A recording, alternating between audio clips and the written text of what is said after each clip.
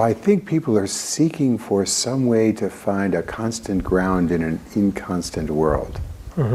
And so talk about that desire to find a ground in suffering. I usually call is high-class suffering. Right. Because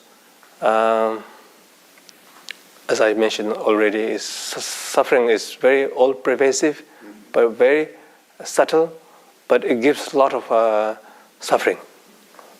So what really lacking is how to connect with the basic well-being. I think I call is essence love. So there's a lot of wounded around the love, and the love and happiness are connected, and how we brought up in this modern society based on hope in fear, and we make fear as a running mission to achieve external happiness, which we can get 50%, but we are looking for 200% to fulfill the basic well-being. But I think really missing is the basic well-being. So that will not fulfilled by material. I think you have to have some different solution. His Holiness always talk about promoting human value. So I would talk about is the disconnected from your basic intrinsic well-being, which is the center of the emotion. I call is essence love. And I think Buddhist has a lot of methods it can offer to connect. And I think other traditions also. So I think His Holiness like to make a secular ethic that trying to bring into the modern world, especially into the modern education. So the cognitive-based education is very good in modern societies, but emotional development is a little bit weak. So I think I see a lot of suffering based on that issues.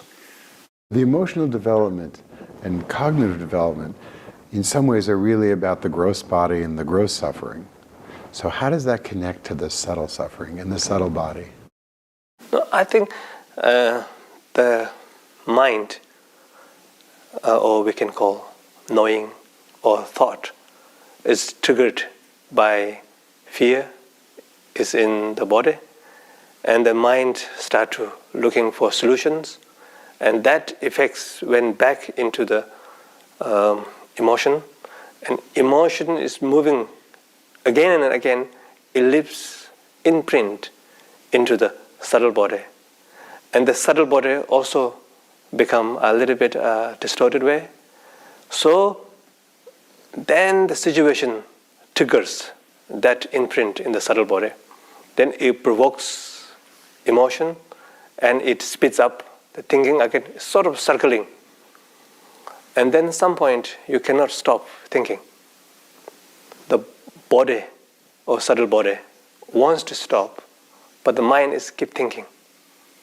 So I think that is big suffering right now. So the feeling part of the body, emotions, or subtle body goes one direction. The mind's wish, want to rest, want to find happiness, goes another direction.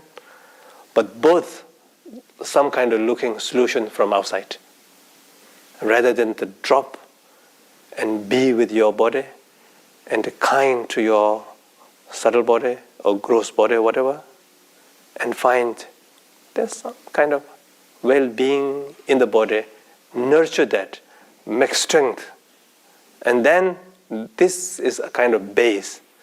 Then you do whatever way, it's become very healthy. But this has become very vulnerable, like ready to shake. There's no food, there's no guts, there's no well-being. But you are longing for happiness, but it's all become condition. And we assume the condition, external condition, can fix everything, our well-being. I think it's not the case.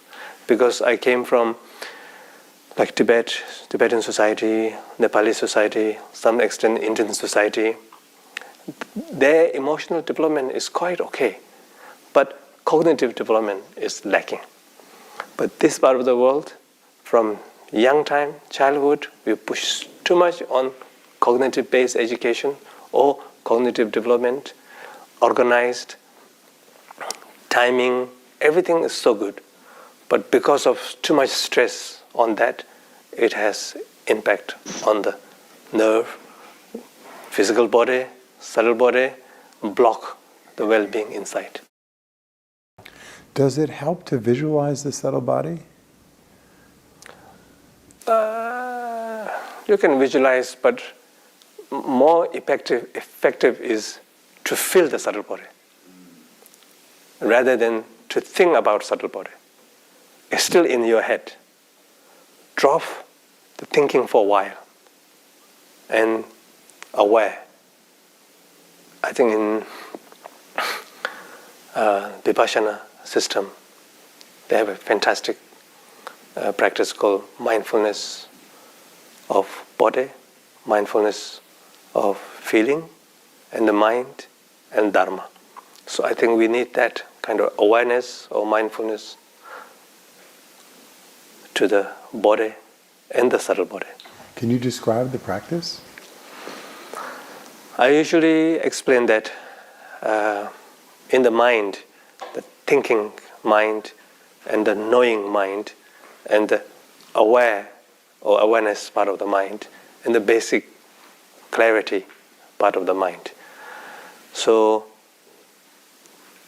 the people who've been a lot of stress and disturbed, too much thinking, I ask to drop the thinking. The way of dropping thinking is to drop into the body.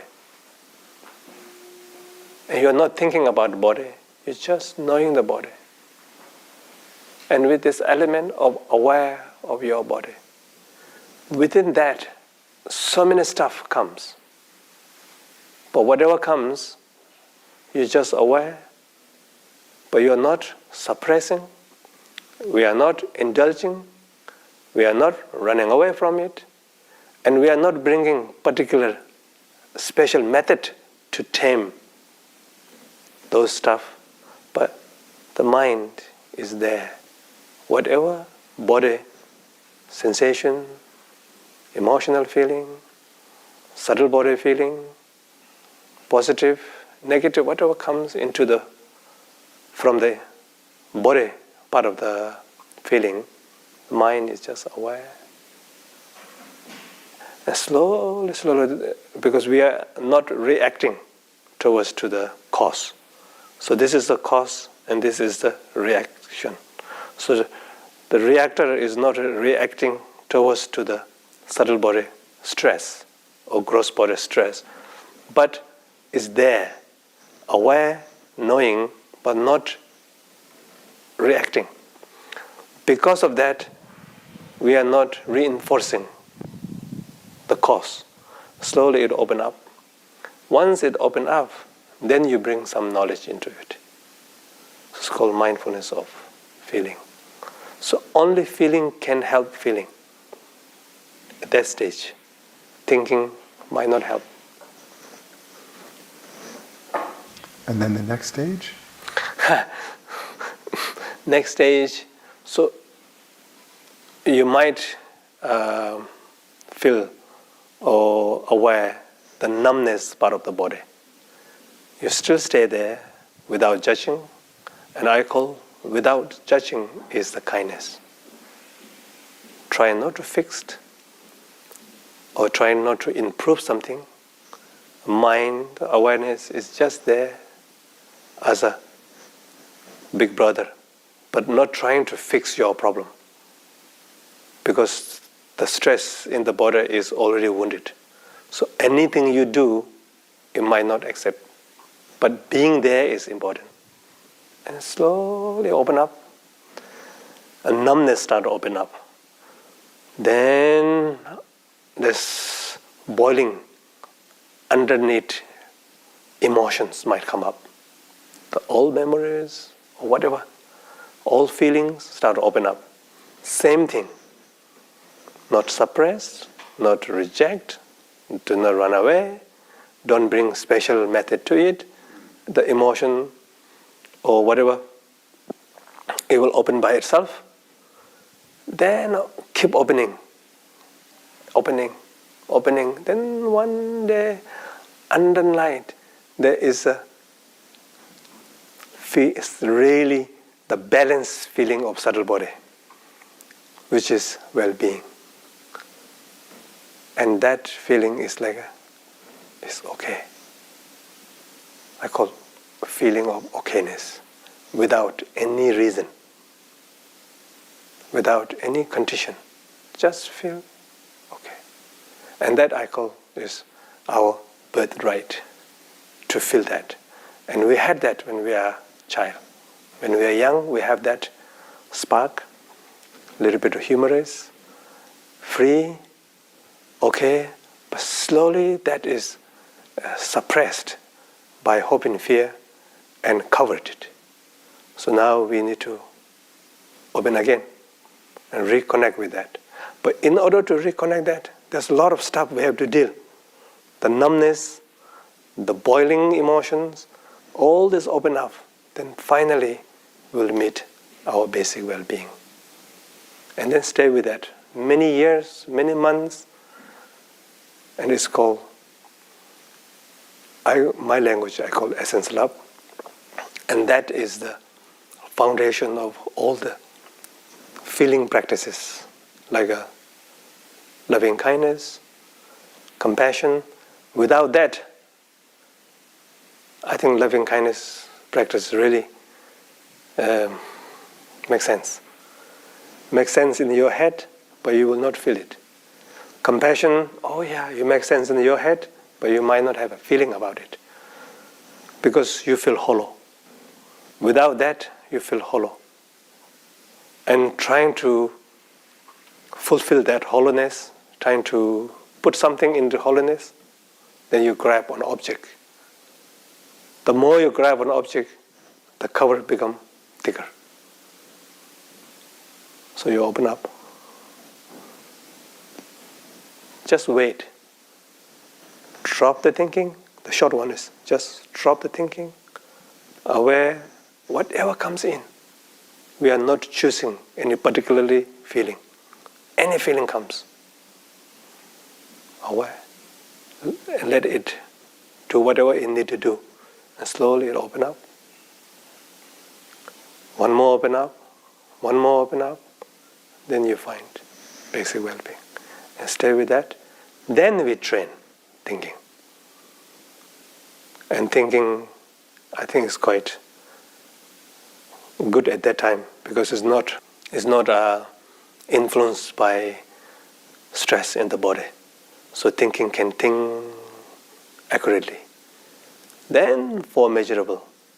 All the Buddhist teaching, you contemplate. And while you're contemplating, the feeling will come with that, because there's no disconnected. Before there's a disconnected, even you think, you might not feel. So I saw this is problematic in the West or in the high developed countries. And in Tibet, because we don't stress so much on education based on cognitive, so emotion is quite okay. But then when you train, the four measurable visualization, feeling comes along with it, because there's no cutoff. The more you train here, it will come up. There's no blockage so much. So how does the reified I relate to either well-being or lack of well-being? The reified I is like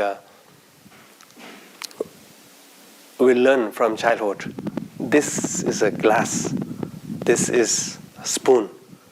This is your deity. It's your mother. Sunday, Monday, our world.